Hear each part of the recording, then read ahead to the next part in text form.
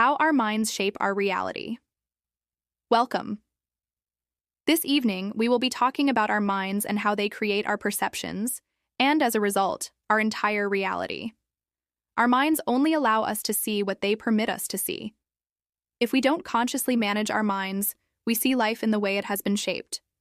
This is why we all look at the same people and see different things, and we derive different meanings from the same objects. This is because we interpret what we see based on the patterns, information, and form within our minds. Throughout our lives, the books we read, the films we watch, the people we listen to, and the new information we acquire all create patterns in our minds called modifications. These modifications determine how we perceive life. For example, when we change our circle of friends or the type of movies we watch, our mental space begins to reshape itself. Mental blocks and scarcity mindset. The obstacles in our minds, or blockages, are areas where our knowledge is stuck and prevents us from moving to a higher level of consciousness. For example, a scarcity mindset stems from a person's life experiences. If a person or their family has struggled to meet basic needs, a scarcity mindset develops in their mind. Even a high-earning adult might hesitate to pay for popcorn at the movies. This is because they believe that buying the popcorn will make them poor, and they will lose their money. Or they might avoid leaving a tip at a restaurant because they feel as if they have nothing and will lose out if they do. This scarcity mindset causes our lives to operate within the same scarcity. No matter how much money we earn, it lacks abundance. Food spoils and slips through our fingers. This applies not only to material things but also to information. Our knowledge also begins to become limited. How we experience life yoga teaches us that whatever is in our minds is what we experience externally. Whatever the patterns in our minds, that is how life takes shape.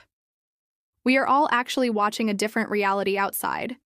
If we were to spend 10 days in the same place, each of us would have a different experience because our minds build a connection between the external world and our own reality.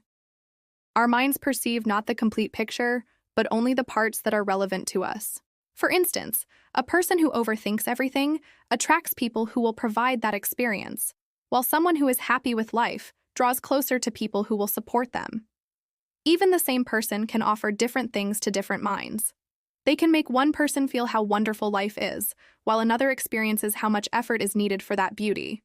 This is because each of us gives that person a different vibration. If a person's mind is programmed to believe that, I must go through hardships to experience happiness, they will experience even the easiest happiness with difficulty. The consciousness of responsibility and transformation. Everything in life serves us. We receive this service according to our level of consciousness. Life presents us with opportunities to see the modifications in our minds. The people or objects we complain about on the outside are actually a reflection of the blocked areas in our minds. This situation leads our consciousness to question, how can I take responsibility for my being and move beyond this mindset of complaining? The complaining mindset is where we avoid taking responsibility. When we start learning something new, we tend to complain because it's a way of avoiding responsibility, staying in our comfort zone and resisting change. Our mind wants to stay the same because its job is to survive, not to grow or push its boundaries.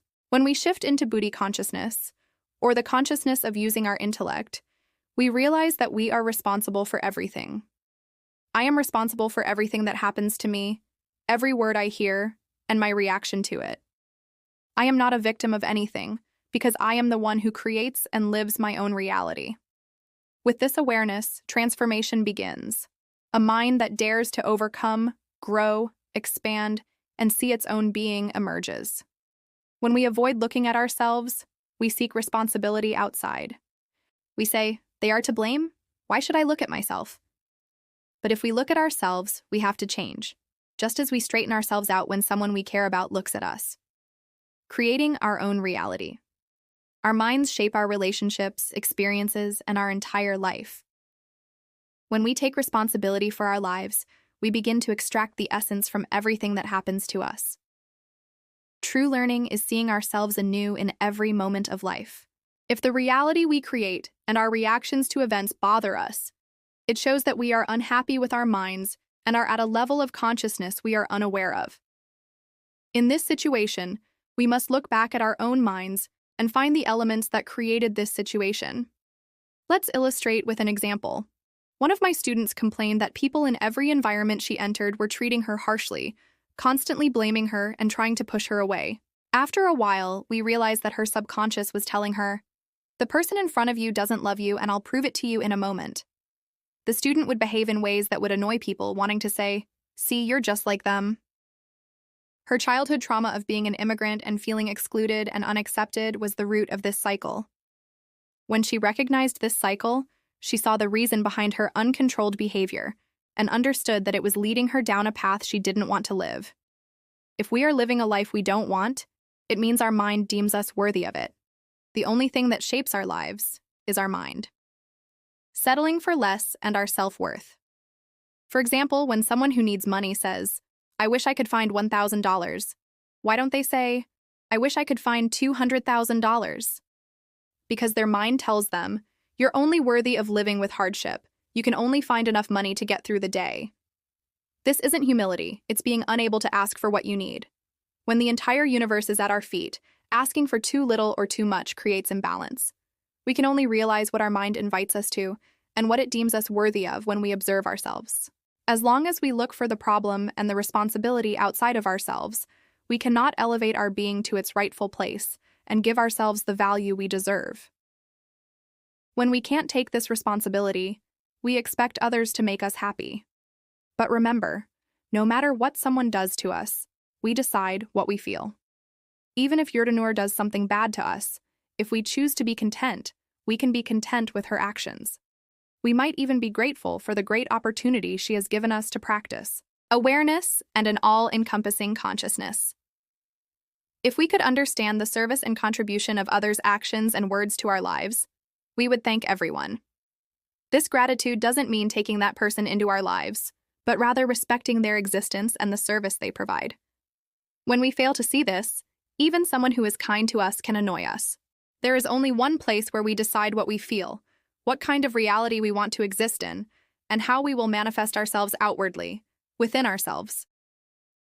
When we remember this, we exist with an all-encompassing consciousness that grows, expands, and remembers its own infinity by taking responsibility for our lives, breaking our reality every day, and giving birth to it anew. Otherwise, we will continue to exist in the shadow of others, like a whining child whose hair is being pulled, or who is pulling someone else's hair. Thanks for watching. Catch you in the next one.